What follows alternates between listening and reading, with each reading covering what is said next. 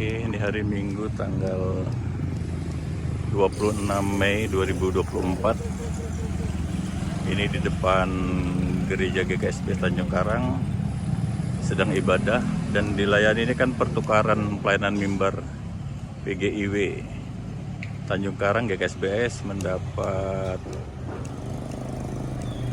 pelayan firman dari GKTK Bapak Pendeta Rizwan Pangaribuan. Oke ya, sedang ibadah. Ini jalan menuju ke Stadion Pahoman ini. Kalau ke sono bisa ke Teluk Betung, bisa ke Jalan Dr. Susilo. Oke, tadi mulai kita jam 7. Biasanya rampung setengah 9 lah, 1,5 jam rampung. Paling lama 8 kurang seperempat. 9 kurang seperempat. Terima kasih, tetap semangat di hari Minggu 26 Mei 2024. Tuhan memberkati. Firman yang disampaikan seluruh dengan sedap, dan setiap kami yang boleh ambil bagian menggenapi pelayanan ini juga diberikan hikmat kemampuan agar satu lainnya adalah untuk kemuliaan nama Tuhan. Bapak, kami menyerahkan saudara kami Bapak Stefanus yang akan melakukan pelayanan di Serdang, dan saudara kami Bapak Sigit yang akan melakukan pelayanan di Keramat. Tuhan juga menolong agar semua kegiatan hari ini, pelayanan yang dilakukan tetap berjalan sesuai dengan kehendak Tuhan. Ajari saudara-saudara kami terus dia dalam pelayanan. Tuhan, kami juga menyerahkan jemaat-Mu yang dalam perjalanan, kiranya Engkau tuntun agar boleh bersama dengan kami memuliakan Tuhan. Dan saudara-saudara kami yang tidak bisa hadir oleh karena kesehatan dan tugas lainnya, Tuhan tetap menjaga dan menolong agar yang akan datang boleh bersama kami. Kuasai hati dan pikiran kami, ruangan ini semuanya yang kami serahkan di dalam nama anak-Mu Tuhan kami, Yesus Kristus. Ayat yang ke-21 sampai ayat yang ke-23. Injil Yohanes pasal yang ke-17 ayat yang ke-21 sampai 23, terjemahan terbaru 2 yang dikeluarkan oleh LAI berkata, supaya mereka semua menjadi satu sama seperti Engkau ya Bapa di dalam Aku dan Aku di dalam Engkau, agar mereka juga di dalam kita, supaya dunia percaya bahwa Engkaulah yang telah mengutus Aku. Aku telah memberikan kepada mereka kemuliaan yang Engkau berikan kepadaku, supaya mereka menjadi satu sama seperti kita adalah satu. Aku di dalam mereka dan Engkau di dalam Aku, supaya mereka menjadi satu dengan sempurna, agar dunia tahu bahwa Engkau telah mengutus Aku, bahwa Engkau mengasihi mereka sama seperti Engkau mengasihi Aku. Demikianlah pembacaan firman Tuhan. Yang berbahagia ialah mereka yang mendengarkan firman Tuhan dan yang memperlakukannya dalam hidup nyata. Haleluya.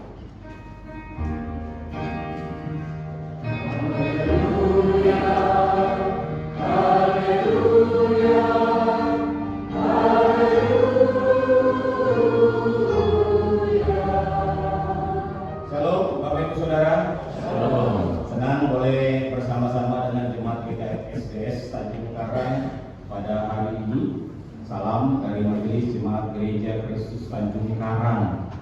Bagi Bapak Ibu Saudara, kami beribadah di Perumahan Bumi Asri Doko nomor 1. Ada yang tahu ya? Ada yang tahu Bapak Ibu ya? Iya, di Bumi Asri itu ada beberapa gereja ya. Jadi kadang-kadang ada orang yang salah masuk ke gereja kok beda ibadahnya. Masuk ke gereja yang satu kok beda itu ya, karena memang ada beberapa gereja di dunia asli. Sekali lagi salam dan senang boleh bersama-sama dengan Bapak Ibu Saudara. Bapak Ibu Saudara, seperti yang dibacakan tadi di pesan PGI, setiap kali memasuki bulan Mei, gereja-gereja di Indonesia merayakan ulang tahun sebagai bulan Okumene. Tahun ini tahun ke-74.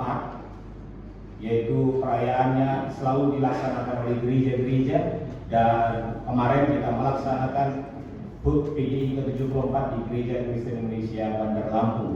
Nah, di dalam rangka bulan dokumen ini terjadilah kebersamaan dan mewujudkan kesatuan gereja, yaitu pertukaran pelayan mimbar. Dan saya hari ini bisa melayani di sini dan pendeta GKSDS melayani di GKPS, Gereja Kristen Protestan Simalungun. Selama 5 tahun terakhir ini PGI menggumuli 3 hal dan satu yang menjadi tantangan. Pergumulan-pergumulan krisis yang dialami gereja dan bangsa menjadi perhatian PGI. Saudara, ada krisis ekologi, ada krisis yang namanya krisis kebangsaan, krisis okumene, dan tantangan transformasi digital. Mari kita melihat sejenak secara singkat, saudara, krisis-krisis ini. Krisis ekologi kita melihat di sini begitu banyaknya. Di tengah-tengah bangsa kita hari ini kerusakan lingkungan. Bahkan kiamat lingkungan bisa dikatakan demikian. Bencana alam seringkali terjadi bukan karena alam saja, tetapi faktor manusia yang tidak mampu menjaga alam, manusia yang tidak mampu lagi memelihara alam, manusia yang tidak mampu lagi berdamai dengan alam, sehingga sifat manusia yang egois mengeksploitasi alam ini dan merusak alam ini, saudara. Ini menjadi krisis bersama gereja dan bangsa kita. Di tengah-tengah krisis kebangsaan, kita diperhadapkan dengan berbagai-bagai masalah. Saudara, politik yang sudah kita lalui ini ada begitu banyak hal yang terjadi. Krisis-krisis kebangsaan yang mengarah kepada kelompok-kelompok, yang mengarah kepada disintegritas dan berbagai-bagai politisasi identitas. Apalagi sekarang ini kita bisa menyaksikan bagaimana nepotisme itu sangat-sangat subur di bangsa kita ini. Bangsa kita, saudaraku, bukan saja politik identitas yang kita alami, intoleransi, narasi-narasi yang menanamkan kebencian, itu juga menjadi tantangan kita hari ini. Kita melihat juga krisis keesaan gereja okumene. Ya, kita bersyukur, saudara, PGI kuat. Kalau di pusatku ada 96 sinode yang ada bergabung di dalamnya. Di PGI Lampung ada 54 gereja-gereja yang bergabung di dalamnya, baik itu secara sinode maupun gereja lokal, saudara. Kita boleh melihat ini menjadi sebuah kekuatan, tetapi juga bisa menjadi sebuah tantangan besar di tengah-tengah kehidupan berbangsa kita. Kenapa, saudara? Karena bisa saja gereja-gereja tertentu menekankan keegoannya, merasa lebih benar, merasa lebih hebat, dan merasa mampu mengatasi berbagai tantangan yang ada di dalam dirinya. Sangat menekankan yang namanya instan, mindset yang menekankan bahwa yang penting ibadah, yang penting hatinya. Model-model liturgi bisa berubah-ubah, belum lagi instrumen dan lain sebagainya, saudara. Apalagi nanti mengurus pada pola kepemimpinan gereja di dalam transformasi digital yang sekarang. Kita tidak perlu lagi berkumpul, kita cukup melalui media sosial. Kita tidak perlu lagi sentuhan, tetapi yang penting kita mencapai target. Jadi ini bukan masalah bagaimana kita menyikapi dunia di luar, tetapi dunia di dalam gereja pun mulai tergerus. Lihatlah banyaknya sekarang, saudara. Kalau ada apa-apa, ya kan ada Zoom. Ngapain sih? Ngapain harus ke gereja? Ngapain harus ke gereja? Selalu saya katakan sama anak muda, kalau kamu punya pacar, kan ada WhatsApp. Ngapain harus ketemu? Sudah video call aja. Kira-kira yang punya pacar puas nggak video call doang? Orang tua digituin juga. Kan yang penting sudah video call, mah. Sudah video call. Jadi nggak perlu lagi repot-repot mudik dan lain sebagainya. Saudara, pasti ada yang hilang di dalam itu tanpa perjumpaan. Gereja mengalami tantangan ini. Dan hari ini secara khusus kita melihat krisis ekumene atau krisis keesaan gereja yang menjadi pergumulan PGI yang memberi tema menjadi satu dengan sempurna. Sebagaimana yang dikatakan di dalam Yohanes pasal yang ke-17 ayat 21 sampai ayat yang ke-23 tadi, supaya mereka satu, menjadi satu, sama seperti Engkau ya Bapa di dalam aku dan aku di dalam Engkau, agar mereka juga di dalam kita, supaya dunia percaya bahwa Engkaulah yang telah mengutus aku. Ternyata kalau kita membaca narasi Yohanes ini, mengenal Tuhan, mengenal Kristus, itu bisa dikaitkan di dalam relasi kita ternyata. Itu bisa dikaitkan di dalam kesatuan kita sebagai gereja ternyata. Karena Yohanes berkata bahwa kalau engkau menjadi satu, maka itulah bukti bahwa dunia ini sedang melihat kesatuan gereja, saudara. Seringkali kita melihat penginjilan, gak salah saudara. Seringkali kita melihat berbagai kegiatan sosial, gak salah saudara. Tetapi bolehkah kita melihat apa yang dikatakan Yohanes di dalam pergumulannya? Secara khusus Yesus berbicara di akhir-akhir kehidupannya, bahwa kalau dunia ini sedang memperhatikanmu supaya mereka percaya terhadap pemberitaan Injil itu, saudara. Jadi kesatuan gereja, saudara, ini harus menjadi yang utama, menjadi pokok, karena ini mengarah kepada pembuktian bahwa saudara dan saya adalah murid Kristus. Saudara bisa menggumuli ini, saudara. Seolah-olah kita kalau kita memberikan diakonia, oh kita murid ya. Seolah-olah kalau kita menginjili, kita murid ya. Itu benar, saudara. Gak ada yang salah. Tetapi pernahkah saudara melihat bahwa kesatuan kita, kesatuan gereja itu ternyata wujud dari dunia melihat Tuhan di dalam kesatuan gereja? Pertanyaannya yang perlu kita sampaikan, saudara, bagaimana umat Tuhan di masa-masa sekarang? Masihkah kesatuan itu menjadi momentum yang dipegang oleh gereja? Masihkah kesatuan itu menjadi sesuatu yang utama di dalam kehidupan bersama, baik secara gereja dan umatnya maupun denominasi antar denominasi yang ada di dalam persekutuan atau arasnya? Saudara, kalau kita melihat memang akhir-akhir ini bisa dikatakan bisa menjadi miris, atau mungkin, mohon maaf, tidak bisa menangisi, saudara. Karena banyaknya terjadi berbagai konflik, perpecahan yang ada di tubuh gereja itu sendiri. James Bryan Smith di dalam bukunya The Good and Beautiful Community, dia mengungkapkan pengalaman kehidupannya sebagai seorang pembicara, pengalaman yang pahit ketika ia diundang di dalam sebuah seminar para pemimpin gereja.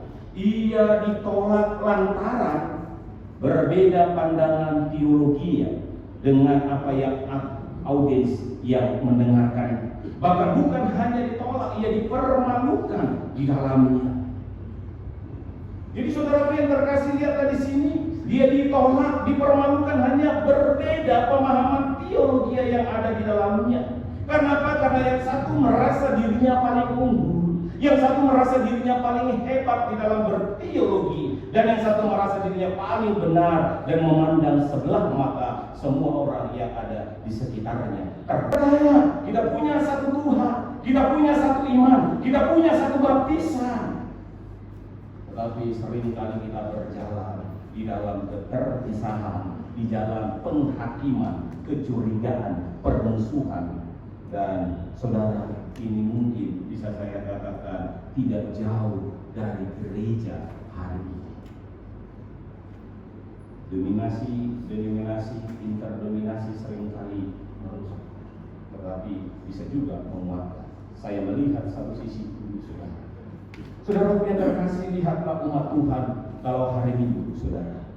Ya, ini adalah hari yang paling indah bagi umat Tuhan, tetapi juga sekaligus menjadi hari gereja-gereja, denominasi tertentu menekankan teologi, menekankan keakuannya di dalam pergumulan pelayanannya. Ada ribuan denominasi yang ada di Indonesia, tiap hari Minggu boleh beribadah. Tetapi seringkali selama kamu berbeda dengan gereja kami, maka engkau tidak boleh ada di gereja kami. Selama engkau berbeda baik dalam pengajaran, statusmu, prinsipmu, kita tidak boleh sama dalam ibadah. Saudara, ini menjadi tantangan PGIW juga, saudara. Karena ada gereja-gereja yang tidak menerima pertukaran pelayan firman seperti ini.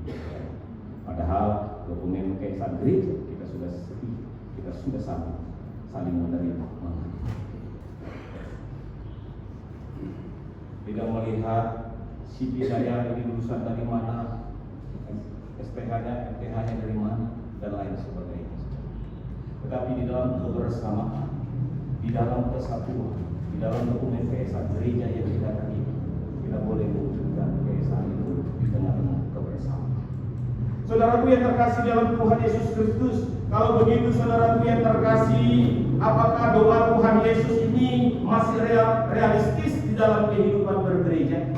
Apakah doa Tuhan Yesus biar supaya mereka menjadi satu ini masih bisa diwujudkan oleh gereja? Gimana Bapak Ibu, jemaat yang dikasihi Tuhan, masihkah realistis doa Tuhan Yesus ini supaya mereka menjadi satu? Masihkah Bapak Ibu? Kalau nggak masih, berhenti dong. Berhenti di sini. Masih. Puji Tuhan, sudah.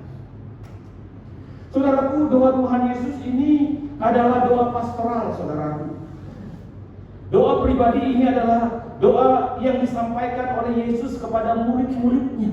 Kalau Bapak Ibu membaca pasal 13 sampai pasal 9, itu adalah percakapan-percakapan yang sangat-sangat personal dari Tuhan Yesus kepada murid-muridnya. Di ujung pelayanannya bersama dengan murid-muridnya, ia mengajar mereka. Kalau kita membaca pasal 13, bagaimana Yesus memberikan sebuah teladan pelayanan kepada mereka. Ia membasuh kaki murid-muridnya. Membasuh kaki murid-murid tidak gampang, saudara. Karena dia tahu ada orang yang mengkhianatinya.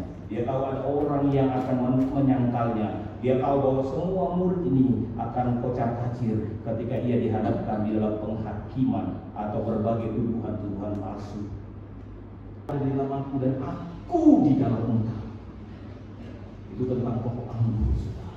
Supaya murid-murid dalam berbagai tantangannya, dalam berbagai situasi yang tidak memungkinkan nanti pelayanan mereka tetap mengandalkan Tuhan.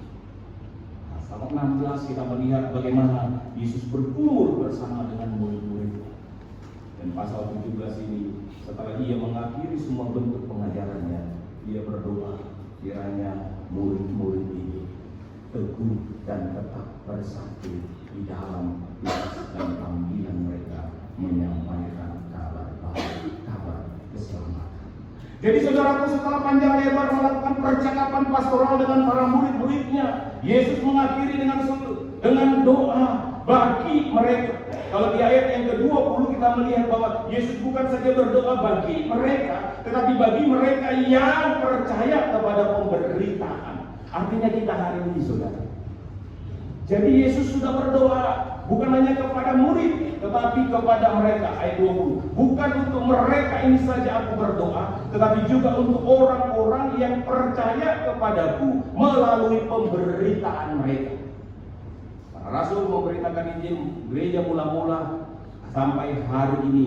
Doa itu bergerak terus sampai hari ini kepada kita akhirnya. Dengan adalah satu. Itu bukan hanya berbeda dari katanya, tetapi berbeda dari maknanya. Yang pertama, kalau menjadi satu, itu adalah upaya. Itu adalah sebuah energi atau sebuah kekuatan. Kita kumpulkan bersama-sama supaya kita menjadi satu. Butuh effort yang besar sekali, yang extraordinary di tengah-tengah berbagai perbedaan kita. Kita mau menjadi satu. Maka kalau supaya mereka menjadi satu, ini belum satu, maka diupayakan menjadi satu. Saudara, kira-kira memungkinkan nggak ini, saudara? Memungkinkan nggak ini? Belum satu, supaya mereka menjadi satu. Tetapi kata yang kedua, yaitu adalah satu. Berarti mereka sudah satu. Adalah satu, maka mereka sudah satu. Maka kalau mereka sudah satu, maka yang diupayakan adalah mempertahankannya, menyempurnakannya. Jadi kalau ada undang-undang, itu undang-undang terus disempurnakan. Tapi kalau belum ada, gontok-gontokannya masih ada di sini. Benar ya Bapak Ibu? Gontok-gontokan supaya ada undang-undangnya. Maka di sana lah muncul berbagai ide, berbagai musuh, berbagai kepentingan, berbagai hal muncul di sana sehingga ada satu kesencian. Tetapi kalau mereka sudah satu, maka di sini adalah bagaimana menjaga yang satu ini terus mengalami kesempurnaan, terus mengalami pembaharuan, terus dipertahankan dan terus dipertahankan. Kesatuan yang telah ada ini terasa lebih menjiwai, saudara. Terasa lebih nyata dari doa Tuhan Yesus itu supaya mereka menjadi satu. Kenapa saudara? Karena memang kita adalah tubuh, satu tubuh di dalam berbagai-bagai perbedaan. Saudara bisa membaca 1 Korintus pasal 15 di sana. Ada begitu banyak karunia, tetapi satu Tuhan. Ada begitu banyak kemampuan, tapi satu tujuan untuk memuliakan Allah. Yang telah ada ini, yang Yesus katakan ini, berulang kali di dalam pengajaran dia gambarkan sebagai kesatuan tubuh. Dan juga berkata di dalam Yohanes pasal yang ke-10 ayat 28, tidak ada seorang pun yang bisa merebut mereka dari tanganku. Tidak ada yang bisa membinasakan mereka. Berarti saudara, kita itu sudah satu, saudara. Ya, kita sudah satu. Maka kalau kita sudah satu inilah saudara yang kita gerakkan. Jadi tidak lagi kita berbicara supaya menjadi satu, gontok-gontokan kita Bapak Ibu. Tadi di konsistori kami bicara kayak, bisa nggak kita menyenangkan semua orang? Nggak bisa. Tapi kalau kita sudah punya keputusan, senang tidak senang kita kerjakan. Benar? Benar tidak Bapak Ibu? Amin. Itu kesepakatan bersama. Itu sudah diputuskan. Bukan lagi sedang mencari keputusan. Kalau sedang mencari keputusan, mari gontok-gontokan terus sampai muncul keputusan. Benar ya? Itu gereja. Ya, rapat-rapat kecil-kecil aja bisa jadi konflik karena belum ada keputusan. Tapi kalau sudah ada keputusan, selalu ditutup dengan mari kita melakukan apa yang sudah kita putuskan. Jangan lagi ngomel di belakang, jangan lagi mempengaruhi di belakang, jangan lagi merusak di belakang. Ini yang kadang-kadang kehidupan bergereja akhirnya pecah. Saya nggak didengarkan. Kita udah gontok-gontokan loh, bukan nggak didengarkan. Saya nggak dipedulikan. Semua idemu sudah ditampung. Tetapi kan nggak semua harus diterima. Bedanya Bapak Ibu kan, ditampung dan diterima beda-beda. Boleh beride, itu selama menjadi. Tapi kalau sudah satu, apa yang kita lakukan Bapak Ibu? Melakukannya, menyempurnakannya. Ini doa Tuhan Yesus. Saudara, doa Tuhan Yesus ini adalah doa kekuatan. Dia pergi jadikan semua bangsa murid-Mu. Itu akan menggerakkan seluruh bangsa menjadi percaya kepada Kristus. Maka kita menjadi umat yang disatukan di dalam gereja, yaitu eklesia, yang dipanggil keluar dari kegelapan menuju terangnya yang ajaib. Maka kita yang sudah menjadi terang Tuhan, kita yang sudah disatukan itu, maka itulah tugas kita menjaga dan menjadikannya sempurna. Maka kalau ada pertentangan di dalam pelayanan, kalau ada perbedaan-perbedaan di tengah pelayanan saudara, jangan mudah meninggalkan gereja. Kalau adalah perselisihan di dalam gereja, jangan mudah menuduh orang. Saudara, kita sebagai gereja tubuh Kristus yang salah satu ini hendaknya tidak mudah digoyahkan. Yesus telah berdoa untuk saudara dan saya agar kita terus menyempurnakan kesatuan yang telah kita bangun melalui tubuh dan darah Kristus yang telah tersalib di atas kayu salib. Maka betapa tidak menghargainya kita, betapa kita tidak mensyukuri pengorbanan Kristus yang telah menyatukan kita, kalau di dalam gereja masih terjadi berbagai-bagai perselisihan yang mengarah kepada konflik. Sekali lagi saudara, di gereja bukan anti kritik, itu harus. Di gereja bukan anti perbedaan pendapat, itu harus. Tetapi kalau sudah satu, marilah kita melakukannya. Marilah kita melangkah bersama-sama di dalamnya.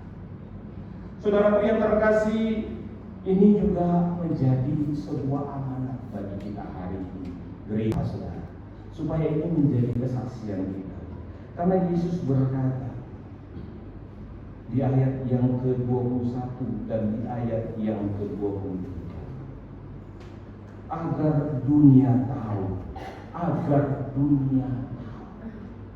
bahwa engkau telah mengutus aku dan bahwa engkau mengasihi mereka sama seperti engkau mengasihi aku. Sekali lagi saudara,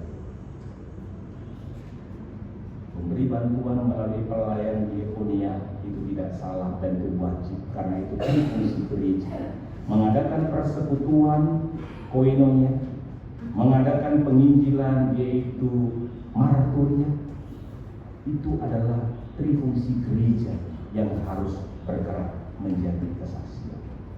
Tetapi saudara, kesatuan saudara dan saya sebagai tubuh Kristus pun adalah kesaksian yang sangat-sangat penting dilihat dunia, bahwa dunia ini dikasihi Allah, bahwa dunia yang kita tinggali, orang-orang yang belum percaya kepada Kristus ini dikasihi Allah.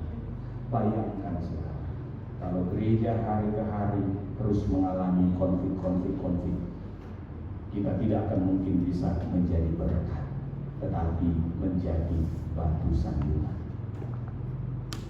Bagaimana mungkin kita bisa menceritakan kemuliaan Allah, keagungan Allah?